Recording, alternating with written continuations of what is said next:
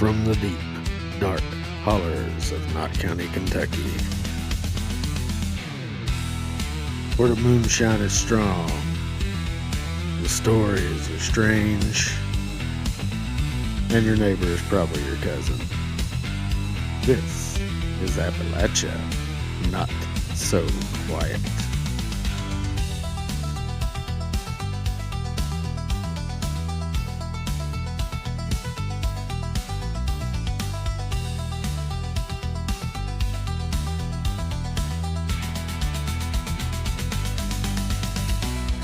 Hey, welcome back, everybody. This is Appalachia Not So Quiet. I am your host, Hillbilly Phantom, and as always, I have my lovely wife and co-host, Appalachian Shade. How are you today, sweetheart? I'm doing good. Doing good. We had a pretty fun day. It's nice and cool outside. Felt just like fall. We got our Halloween and fall decorations Yeah, up. yeah. We're Started early. going ahead and putting out the fall. It just felt so much like fall today. It's Yeah. like we had to do it. Yeah, it needed to be done. It was so great. Loved it, and it turned out awesome too. Mm-hmm. You're very good at feng shuiing things. I learned from the best. Yeah. And who is the best? My mama. Of course. Learned all my decorations, Decorations. decoration ideas and things like that from her. Your home decor skills. Like I envision things and I got to go put it together and stuff. Come up with the stuff and I'm like, okay, put it together, Mom. This is what I've got envisioned. Do. This and is she's what like, this is what I okay. need. I just lay it all out like this is what I need. But I can do it myself too. But I'd rather have her do it than me sit back and You just like watch. being the foreman. You're the boss man standing there on the side saying, do it this way. I want it like this. That's how I got my stackable pumpkins, right? Well, yeah. Okay. Yeah. See? I had to tell you how to do it. Yeah. Because you won't let me use your power tools, so. Because you tend to hurt yourself. You have to say my stackable pumpkins looks better than what they were wanting, like $300 at Home Depot. Oh, yeah. Absolutely. Yeah, and I spent way less money. Yeah. My pumpkins look way cooler. Yeah, you put something together for like $60, what they charge at Home Depot. They charge like $300. And my pumpkins have more detail. Yeah. Yeah, it's way cooler looking. You're really good at this stuff. I wish there wasn't already a saturated market of interior designers and stuff. Yeah, I think you'd be really good at that, though. But you know something else you're good at? Apparently, you're good at being a co-host on a podcast. Because with your help, having you at my side doing this little podcast thing, we have reached another milestone. Yeah, little one. 800 listens. Over 800. Yeah, we surpassed it. Yeah. But yeah, we hit 800 right after the release of the last episode. Friday's episode. There you go. 800.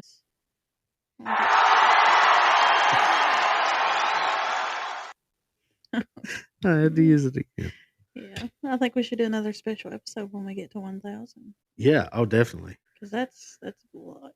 Yeah, and that's it's just right around the corner, man. I mean, we've been racking up, getting 100 listens over the course of 2 or 3 days, and like I said, that's not Joe Rogan numbers or anything, but who knows? We'll get there. I mean, and our followers are upticking as well. But yeah, it's pretty about every platform. Yeah, it's getting out there. Pretty impressive that we've got that many listens, and yeah, we're starting to get a lot more followers and more comments on the episodes. It's really starting to pick up. And since this is a Monday episode, one of the more popular subjects we always talk about is something we reserve just for Mondays. Ghosts. Spooky stuff. Scary. Haints and boogers. That's right. We'll be talking about some ghost stories. Now, we kind of unintentionally have a theme going.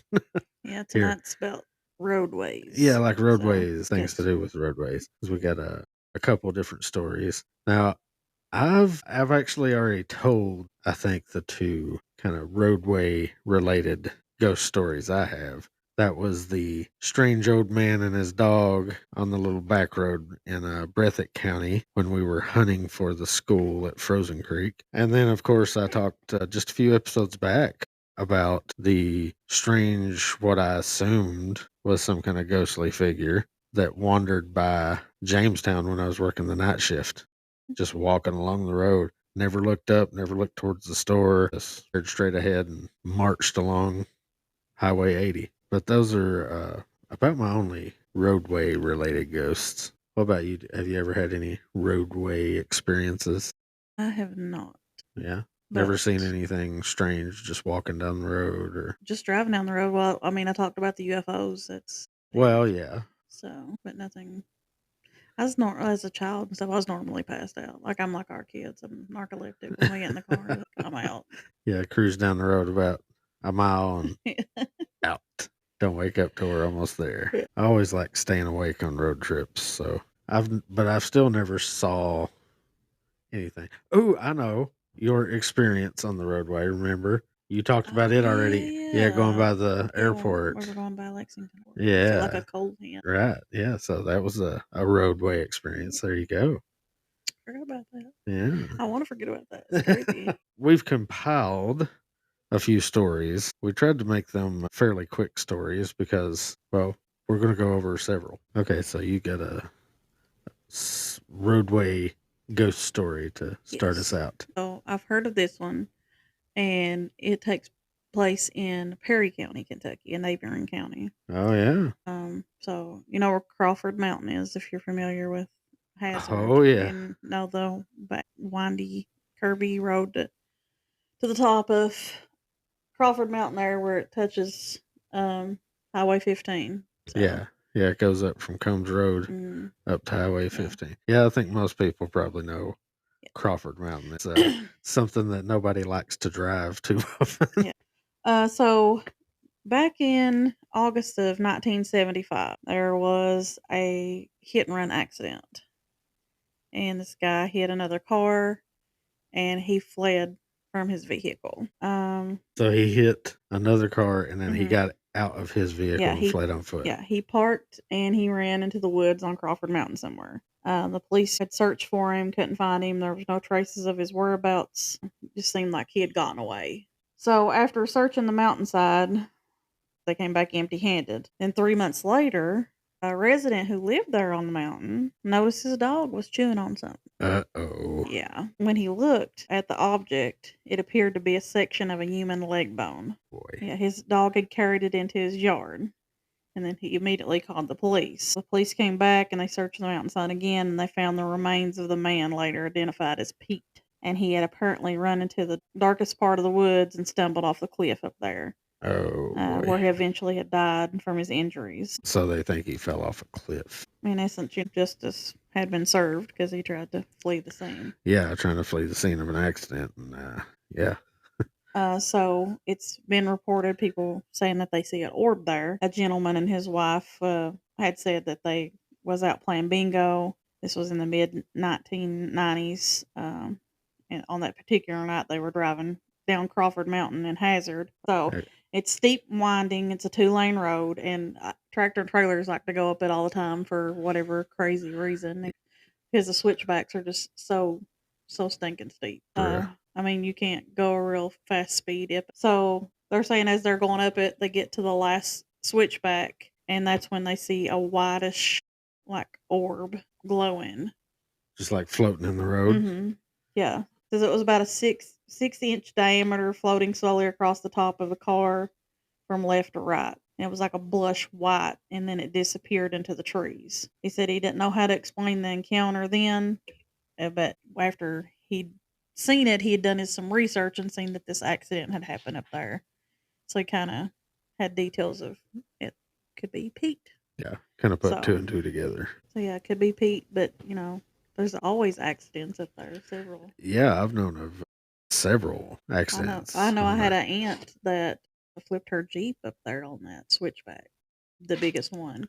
Yeah. Years ago, and she had to crawl. She crawled off of that over to somebody's driveway. So yeah, I mean it's a dangerous road. It really is. And there's been plenty of accidents, and I'm sure fatalities in those accidents. So the orb of Crawford Mountain could be could be the spirit of Pete or any number of people who have unfortunately met their end on that twisty, winding mountain road. I've been up and down Crawford Mountain many times, and I've never seen anything. but that doesn't mean, Makes me want to go back yeah, now and kind of slow down. And because yeah, usually when I'm on it, I'm like, oh gosh, get me off this mountain. yeah. It's horrible. I've been up it plenty of times at night too, and I've never seen any kind of strange orbs that I couldn't explain. I don't like to go up and down it at night or like when it's raining or snowing. I avoid it. I definitely avoid it when it's Yeah. snow or ice. Unless I know it's like time for school to release the high school there or whatever, I try not to take that hill at all. I try Right. to go around it because it's bad. Oh yeah. Or you never know when there's a tractor and trailer jackknifed.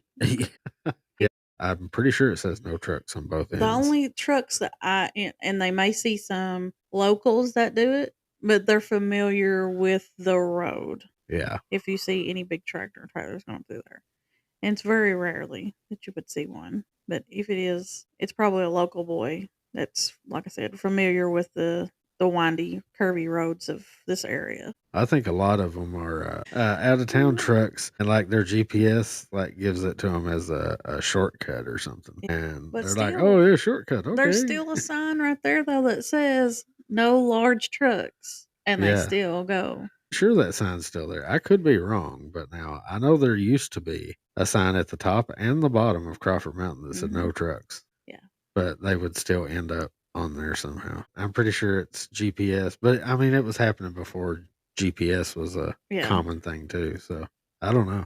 Just something about that mountain, I Yeah. guess. Well, now I'm going to move us from twisty, winding mountain roads to haunted bridges. Have you ever heard the tale of the old Richardsville Road Bridge? I have no idea where Richardsville is.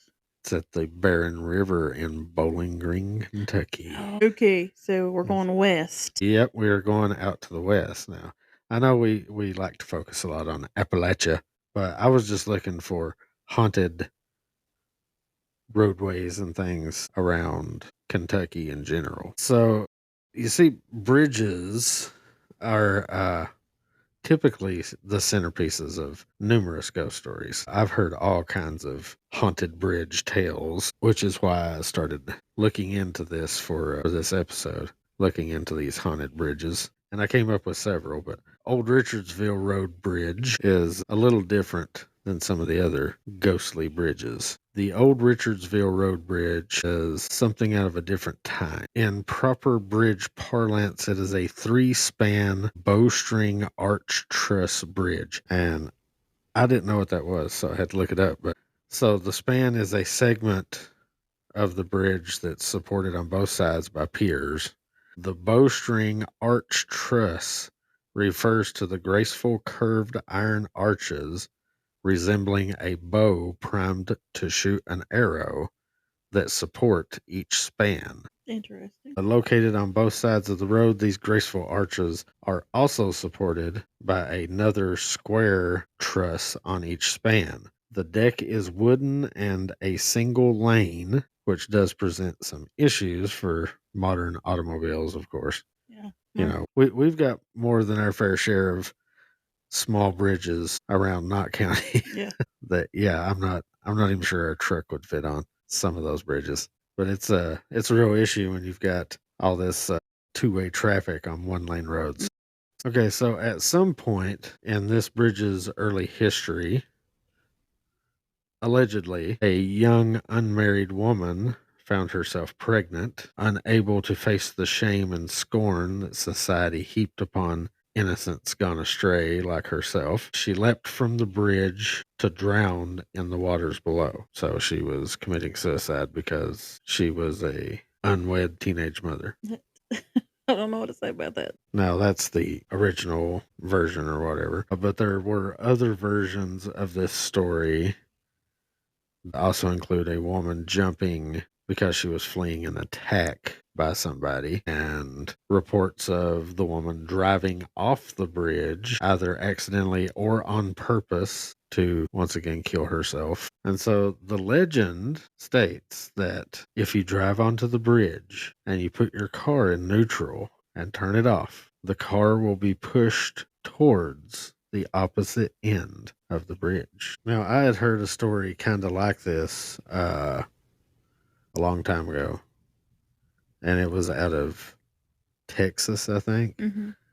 And supposedly a bunch of kids in a school bus got hit by a train on these railroad tracks, and they were all killed. Then there was this legend, this story that if you pulled up to those railroad tracks and put your car in neutral, that the children would push you across the railroad tracks to keep you from, being hit by a train like they were.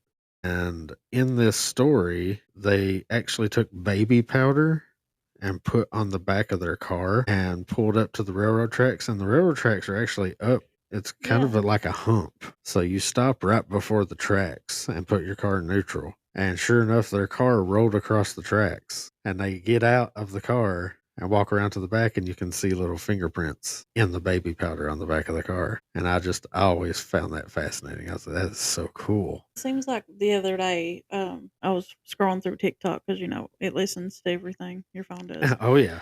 and some lady was talking about Frozen. I guess because our phones had picked up where we had talked about it, Yeah, on and discussions. she was talking about that also there where Frozen Creek was, there was an orphanage there as well, and it said that if you stop there and put your car in neutral, that children will push you across the bridge, and that people have said they've seen handprints on the back of their vehicle too.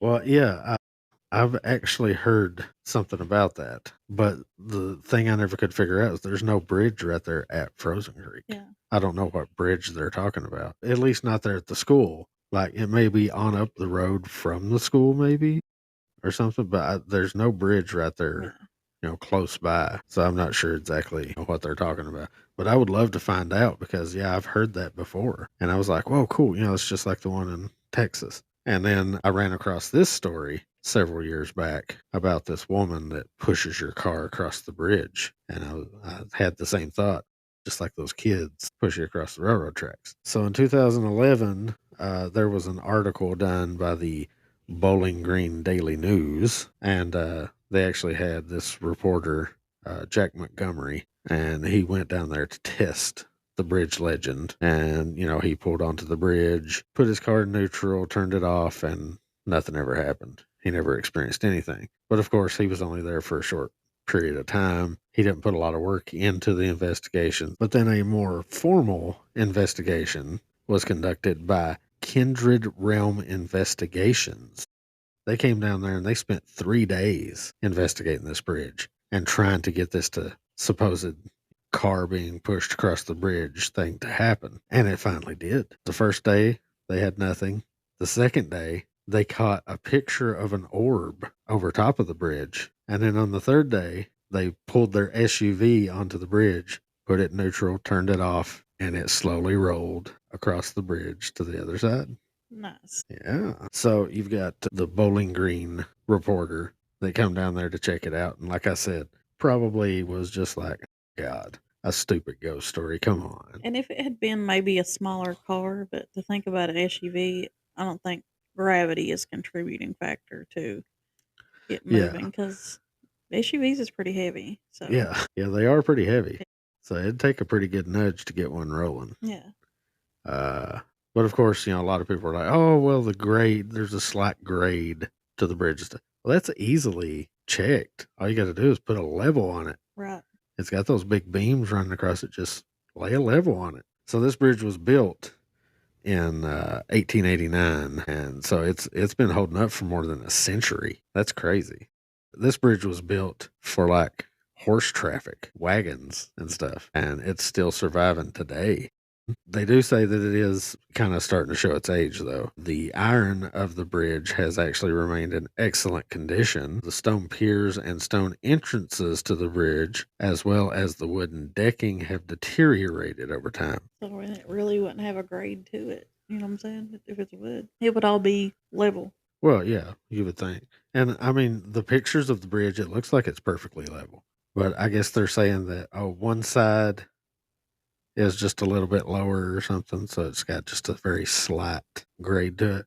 Like I said, that's easily checked. Throw a level on it. Yeah. So we may actually be able to go out there and check this one out sometime. Yeah. Because thankfully, the bridge has a local resident named David Garvin who adopted the bridge, and he's been financing repairs and restorative work with his own money. Nice. That's cool. Yeah. Isn't that cool? Mm-hmm.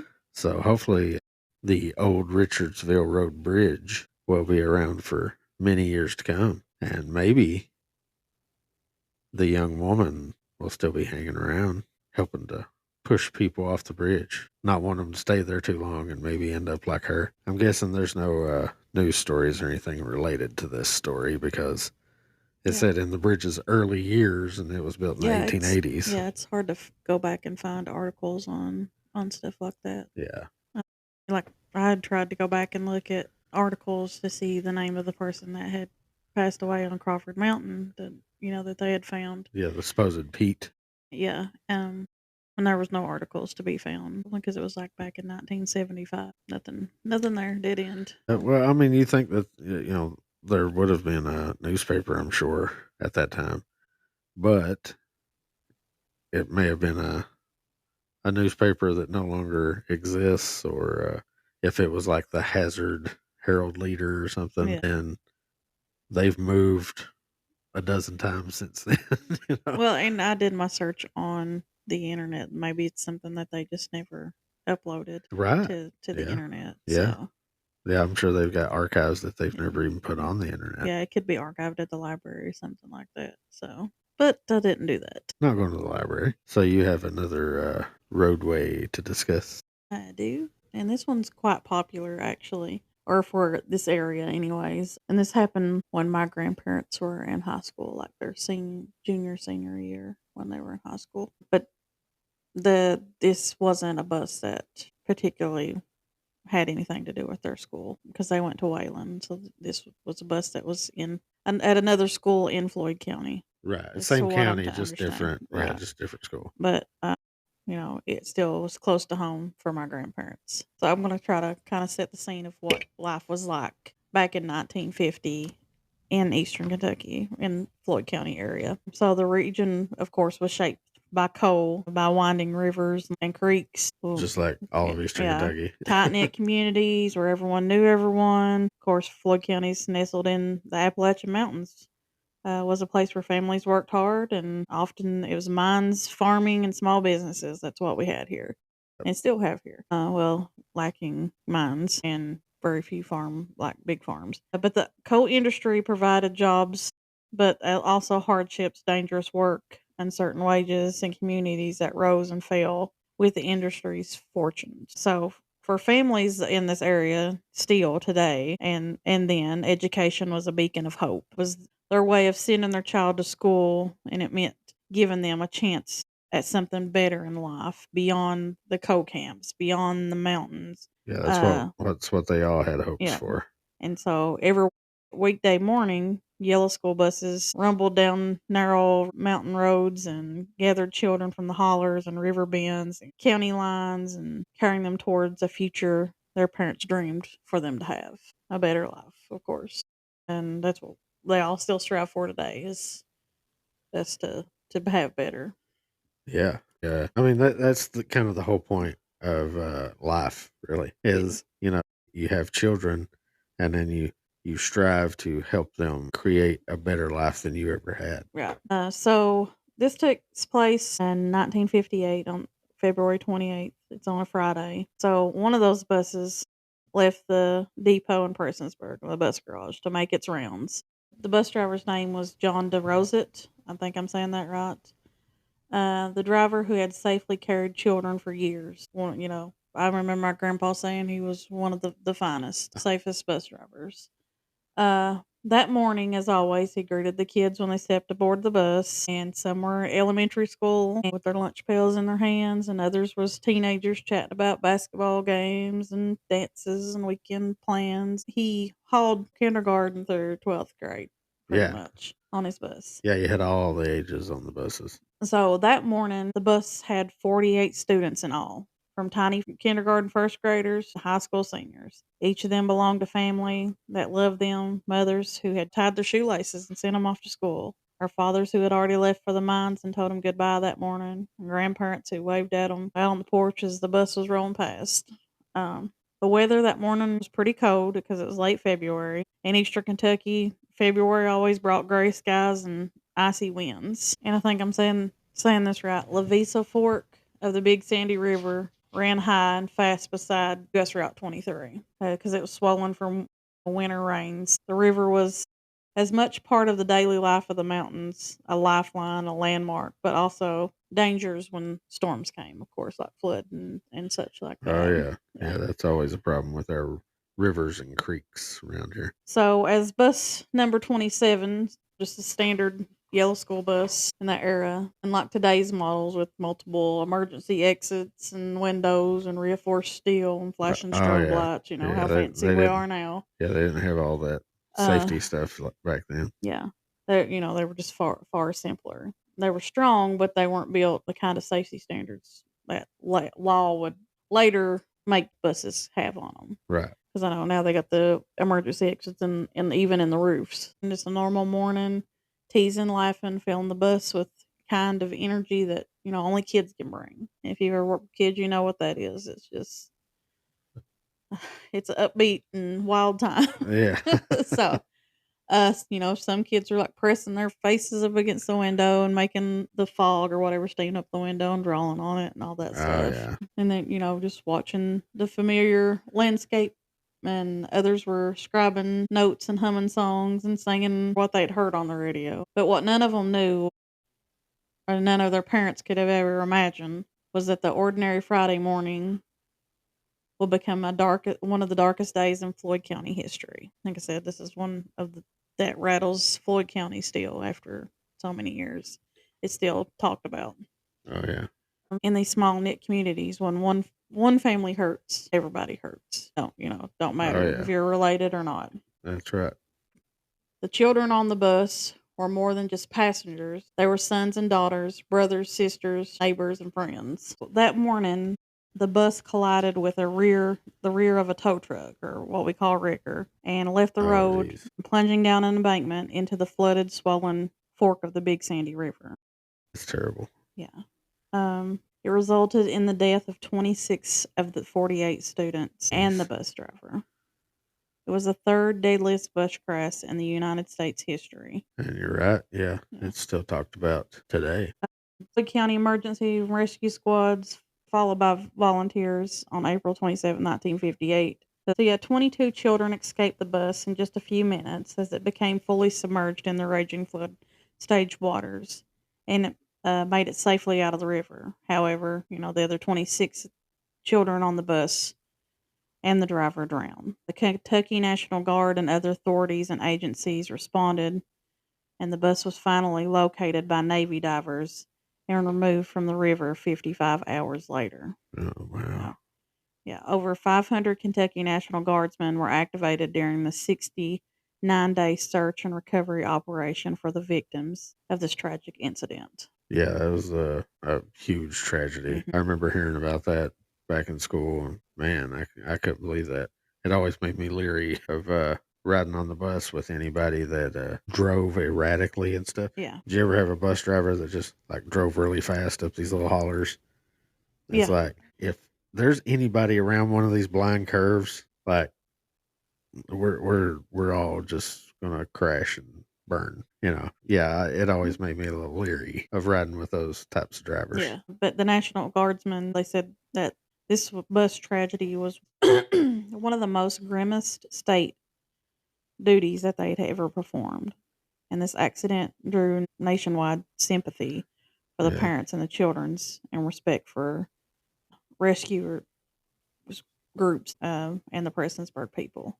yeah, So, yeah. That was a terrible, terrible tragedy for what did you say, the third deadliest third deadliest in the nation. in the nation? So, Wow, that's just crazy. and so this brings me to a gentleman that had been traveling the Highway 1428 between Lancer and Allen, Kentucky. And he said that from time to time he used to ride his motorcycle across the county. So he said during one of his motorcycle rides that he stopped at a little shack to, take a rest, and he went behind the building to relieve his bladder. and in a wooded area beside it was beside the river. He said on that particular morning, he said, I was standing beside the river, and this was October 2012, this happened. He said, I distinctly heard the sound of children laughing and playing. He said, I looked up the river and down and expected to see children on the riverbank, but there was no one there. He said, at the time, I really thought nothing of it, maybe just echoing off the hills, some kids playing. Right. He said a few days he stopped at the same area again, beside the same little shack. He said he heard the sound of children laughing and playing again. Wow, twice. He said across the river I could see like an old railroad track. He said he'd been to that area enough to know that the Goebel Roberts coal camp lie on the other side of the river. Said he had some extra time, so he thought he would just ride on over, ride on over the bridge to see if he could find the source of the sound of the children. And then said he rode over to the coal camp and went up the railroad tracks for about a mile, and there was no children anywhere on the side of the tracks, just in the field, nothing. He said it was getting late, so he continued on to his destination. And then he said during my next trip, again, this is the third time, he said I stopped at the little shack, sitting on my bike. A truck pulled over beside of me, and an old man got out. He reached in the back of the truck and pulled out a wreath with a black ribbon on it. Said the man walked over to the guardrail and hung the wreath on it. He said, out of curiosity, of course, I was like, did somebody die on this road? And the man's like, my son died here, and he died in a bus accident back in 1958. The bus went off the road into the river at this point. My son was one of the 26 who drowned on that February day, and he had a bad feeling about going to school that day. And I just walked him across the swinging bridge to the bus stop. My boy got on the bus, and I got to the middle of the bridge. I saw the bus go over in the embankment into the river. He said, I'll never forget that day. And I told him I had heard the sound of children playing down on the riverbank, and I felt that they were happy. The man was grateful for the information and said it was comforting to know. He said he hadn't been back on that road in years, but the sound of those children playing will always be in his memory. Yeah. Yeah. So that's just, wow, that's super sad that he talked to this guy who actually saw the bus after putting his son on the bus. Yeah, saw it go over the embankment. Man, I just can't imagine that. But I never knew there was any ghost stories tied to that. So that's kind of cool that this guy heard children playing and laughing right there where the bus had went over. Yeah, but, well, I mean, it'd just be, them on the bus. I mean, you know how loud a school bus gets if you've ever rode one. Oh, Kids yeah. laughing and playing and singing and going on, excited to get to school. Yeah. Maybe it's just the echoes of that bus ride that morning before tragedy struck. Yeah. That's a great story.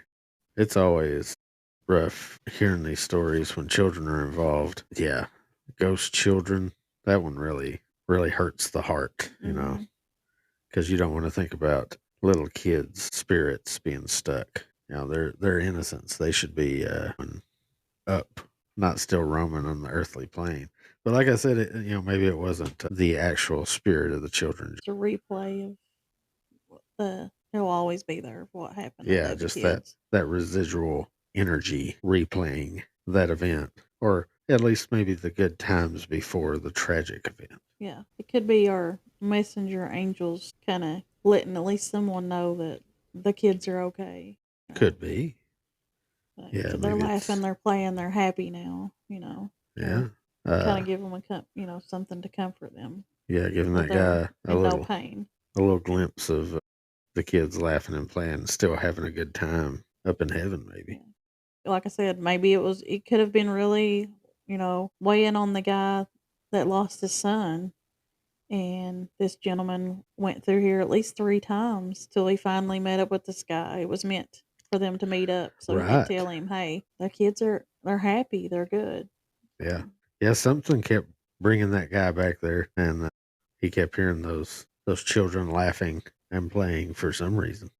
And then finally, this old man shows up and tells him the story about how his son was one of the unfortunate victims of this bus accident. Very cool and compelling story. So my next story, speaking of children, this actually doesn't have anything to do with children, just the name of the bridge. It's called the Childs Creek Bridge, and it's in Closplint, Kentucky. Closplint, Kentucky is there in between Harlan and Cumberland Mm-hmm. on Kentucky 38. And the legend of this bridge says there's a vengeful ghost of a woman that haunts the bridge. So the story goes, she was walking across this bridge on the night she died, and she was struck by a speeding car. Interesting. So they say when you're speeding across this bridge is when you will see the spirit of this woman. Like she's trying to slow you down. Yeah. So people have reported, driving through there really fast, going across that bridge and seeing a woman like about to step out right in front of their car and they almost wreck trying to avoid her. So maybe she's trying to slow you down or maybe she's trying to wreck you because she doesn't like speeding cars because they took her life. Yeah, one of them took her life. So that's a cool little ghost story from a bridge. Mm-hmm. I'd like to visit that bridge. And this is one we've been to this one. The Lover's Leap at Cumberland Falls. I didn't know that was haunted. Yeah. So I just thought it was just a name. Right. Oh yeah, like they just gave it that name because of the famous story about lovers leaping to their death. Right. But no, actually there is a story tied to this. And the story says late one evening in the 1950s, a newlywed couple traveled to Cumberland Falls for their honeymoon. After they checked into their room, they decided to go for a romantic stroll. They stopped at the pillars where the bride posed on the ledge as the groom began to snap pictures. Below her, an 80-foot drop. Something went wrong, and the bride tumbled off the edge into the rushing waters below. She was swept away in the water, never to be found. Visitors of the park sometimes claim to see a woman in a wedding dress walking the edges of the river crying. Yeah, the white bride or something. That is what they call it. Yeah. Okay. Yeah, I've heard about that. There's a lot of weddings that go on down there too. Yeah. So I guess she fell from Lover's Leap, but I guess that's not why they call it Lover's Leap. Or maybe it is. I don't know. Usually Lover's Leap is related to the whole, we can't be together, so we're going to throw ourselves off this ledge so we can be together in the afterlife type of thing. Yeah, okay. So it says she was posing in her wedding dress near the cliff for photographs. And it says he, distraught, reportedly jumped after her. Oh, okay. And then they were both never seen alive again. Well, the story I looked up, it didn't say anything about him jumping in after her. So, okay. Well, And then we've even stayed in the DuPont Lodge. It says, since the tragedy, visitors have reported eerie encounters with the spirit of a woman wearing a long, bone-white wedding dress. She appears along the cliffs on footpaths near the falls, even within corridors of the nearby DuPont Lodge. We were right there. Our room was right there off the edge of that cliff. Yeah, yeah. That's We never experienced anything there, though. But yeah. I mean, if we know to look, right. It's so pretty. It is. Like our room was the DuPont Lodge amazing. there. Yeah, Cumberland Falls, that's a great place to stay. Yeah, that'd be cool to go back there, though, and bring some ghost hunting equipment. And it says that many of these sightings are said to happen, particularly during the moonbows. Oh, yeah. Now, that's interesting because maybe the moonbow has some kind of, strange, otherworldly energy about it. Maybe it's prime time for ghosts and stuff to be able to show themselves. It says they're often described as appearing amid that ghostly glow from the moonbow. Yeah. So aside from wanting to see the moonbow, we need to go back. We need to look for ghosts. We haven't been down there and stayed in a while. We haven't. Yeah, it's been a while. It's been a minute since we spent any time down there. We need to go back. I want to look it up. It's probably right now is not a good time because we still got vacationers down there. But yeah. We should definitely go down there again. And like I said, this time we'll maybe do a little ghost investigating. We keep talking about ghost investigating. We're going to have to actually do this. We're going to have to try to figure out how to do a live ghost hunt podcast. See if we can figure that out. I will not be the right one behind the camera, just so you know. If something touches me, I'm gone. You want somebody that's fearless. I don't think that anybody's fearless when it comes to the spiritual, supernatural realm. I mean, even I feel some fear. I get scared. I get that chill down my spine and stuff. But like I've always said, I'm also extremely fascinated and interested. So I am, like I I said, don't I usually am run too away. until something tries to physically touch me or does physically touch Yeah, I me. guess it's different. Yeah, if there's something physical about it, like if something were to like come right at me or grab me or Yeah. something like that. Yeah, it might be a different story. I might turn and run in that case. But I have one more here, one more bridge, and it's the Ghost Bridge of Oak Grove, Kentucky. So Oak Grove is out near Fort Campbell Military Installation, and it has a dark legend. In the 1960s, a soldier who had come home from overseas found out that his wife had cheated on him. Unable to control himself and his emotions, he tricked his poor wife into going on a late night drive to the Oak Grove Bridge, and in brutal fashion, he took her life. Her remains were found under the bridge at a much later date. Afterward, locals claimed to see a glowing apparition wandering near the water, and those who caught sight of the apparition up close claimed the entity looked decomposed and corpse-like. Ew. Rody. Yeah, scary, spooky. Yeah. So this soldier kills his wife, and yeah, it must have been pretty brutal, savage, mutilating type of killing. Sounds that way. And yeah, the people that have experienced this ghost up close say that it looks all disfigured and decomposed like a corpse. That's very frightening. I would Yeah. definitely run if I saw that. Yeah. It's like the Ghostbusters. First time I watched Ghostbusters, the librarian at the beginning, she's like this perfectly normal, pretty woman, trying to read a book, and she's like, shh. And then they decide to run up to her. And as soon as they get there, her face changes into this like evil, grody, gross looking thing. So, yeah, if you're ever in Oak Grove, Kentucky, go check out the bridge and see if you see the ghost. We need to do an episode on the wooden covered bridges of Kentucky because I know several of those are haunted. Oh, yeah. Yeah, like I said, there's bridge hauntings all over the place. Yeah, I was doing research. It was hard to pick out which ones Yeah. I wanted to talk about because there was just so many of them. I tried to find some closer, to us, but a lot of them weren't very in depth. Wasn't a lot to them.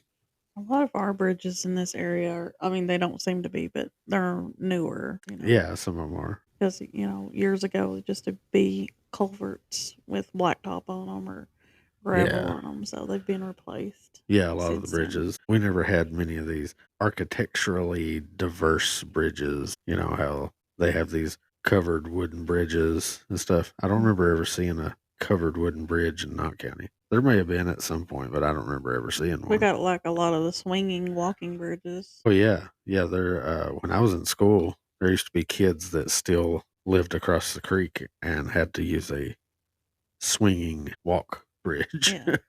to traverse back and forth from their house to the road. But you don't see any of those anymore. All those have been. Even the old, just parts of them, the 2022 flood kind of took that with them. Yeah, pretty much The any that. remnants are gone. Yeah, any evidence of these swinging bridges was pretty much wiped away, at least along Troublesome. Yeah. But I always liked investigating bridges and tunnels and things. So they're always fun investigations. There's something fascinating about paranormal activity and roadways because these roads are laid down and you're driving through areas where you have no idea what may have happened, what may have occurred there. Yeah. And you see something strange. And you're not sure if it's really someone hurt or there or if it's a ghost until it just vanishes or something like that. Yeah. You never really know the history of these areas that you're just driving through. And you see something and you wonder, is that a ghost? Yeah. Was it an actual person? I've heard stories of people saying, they've traveled the roadways and picked someone up and they got in the car with them and then they get Oh, on down yeah. the road and they're not in the car with them anymore. Oh, yeah. Yeah, I've heard stories like that.